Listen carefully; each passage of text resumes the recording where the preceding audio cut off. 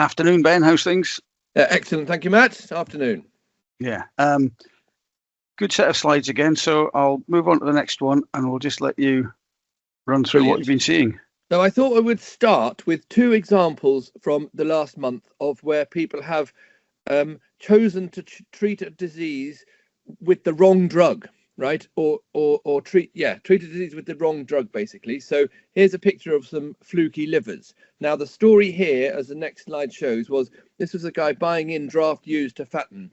And he knew they were coming from some wet farm, so he thought, I'll treat them for fluke on arrival.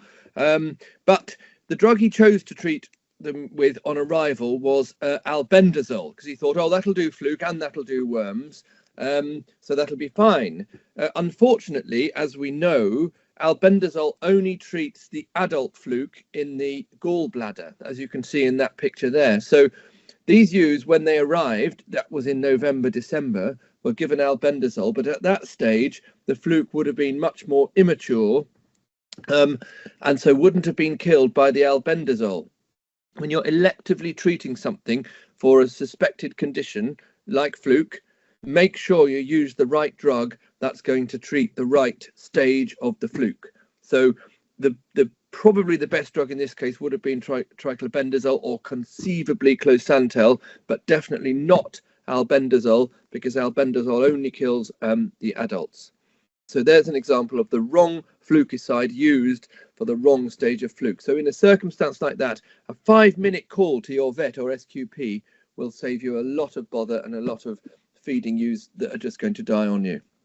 So that's example number one. That's where you we were treating the right thing. Here's an example where we sort of treat the suspected diagnosis proved to be probably wrong. So this is a group of in-lamb shearlings which are away from home. This was in February, March time. They had been wormed in November with a clear drench when they went away, so that should clear them out, shouldn't it? They'd lost condition since then over the winter, and the assumption was made that this condition loss was caused by fluke, because they were on wet land, no testing done, just assumed that it was caused by fluke. So in end of February, beginning of March, they were given a combination flukicide which contained closantel and mebendazole. So that's closantel for the fluke, which should kill them if they're 6 months old and older, 6 weeks old, and older, and mebendazole just in case they had worms as well. That's just what he had on the side. He wasn't really treating for the worms, he was treating for the fluke. And this is what came in to see me. This one here happened to have aborted. You can see here that there's loose feces throughout. The rumen was quite empty, and you can see the fecal staining there. The diagnosis was actually worms, not fluke. There was not a single sign that there had ever been fluke in these animals, and the livers were absolutely fine. No acute fluke, no chronic fluke, no subacute fluke, no nothing. Just a very high worm egg count. Lots of things are wrong here. One is the assumption was made that it was fluke, and it wasn't. So the wrong parasite was being treated, and then as it happened, even the insurance policy of the wormer didn't work because there was unknown white drench resistance. And as we know, white drench drenches are the commonest type of wormer to which there is resistance. So he was sort of unlucky twice, because the initial plan A didn't work and plan B didn't work either. So again, I think the important message here is try to figure out what you're treating. That assumption that it's worms in the summer and fluke in the winter. Exactly. And the way the weather's changed, that's not a very sensible thing to do anymore. So that's the right drug for right bug. Now at the moment I'm seeing lots of ewes with obviously all the ewes are full of lambs. The energy demand is getting higher and higher, and in some cases that isn't met by the energy supply, especially if the quality of the silage is not very good. But one thing that will make the wheels fall off is what this next slide shows, is that bad teeth. So when you're sorting out your ewes in when you're deciding who to cull and who not to cull, make sure you don't keep any ewes with bad teeth, because the wheels will fall off. Now that we're getting lambs on the ground, the sun's starting to shine, this is just a reminder that cases of coccidiosis have already started happening. You can see the bloody change in these guts here. This is the coccidiosis burrowing into these the guts of these little lambs. And this is just a reminder that, as a rule of thumb, coccidiosis happens first and nematodirus happens second. So normally you get coccidiosis in lambs that are 3 to 8 weeks old, and then you get nematodirus, certainly in the north, in lambs that are a bit older. This actually was a lamb that was just about 3.5 weeks old, so it was only just old enough to get it. And actually, in this case, it was quite a well-grown lamb, and it was just found dead, and you can see what damage the cocci had done. A real good example here of making sure that you get the right treatment for the right bug. Yep.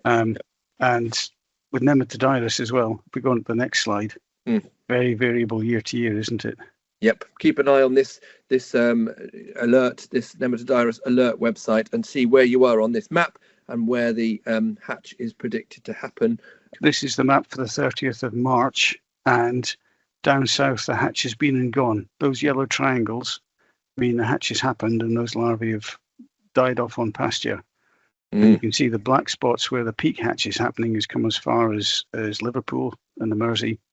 But further north we're still too cold. But that can change. You get a warm week and that'll change quickly.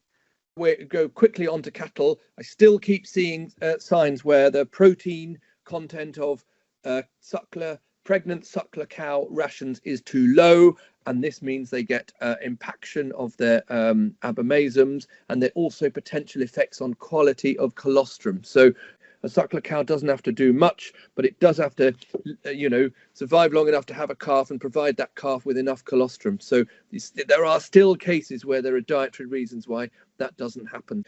And then the last thing I would just say is that every year we have problems with lungworm, and just before turnout, you it should cross your mind what's the best way to prevent lungworm, and the vaccine is probably, all things being equal, the best way to tip the balance in favour of not disease rather than disease, especially when there's emerging resistance to ivermectin in some of the lungworms out there. So before it's too late, have a think. Do you want to vaccinate your young stock, for especially the breeding heifers or the future breeding heifers, for lungworm? And now's maybe the time to think about that before turnout.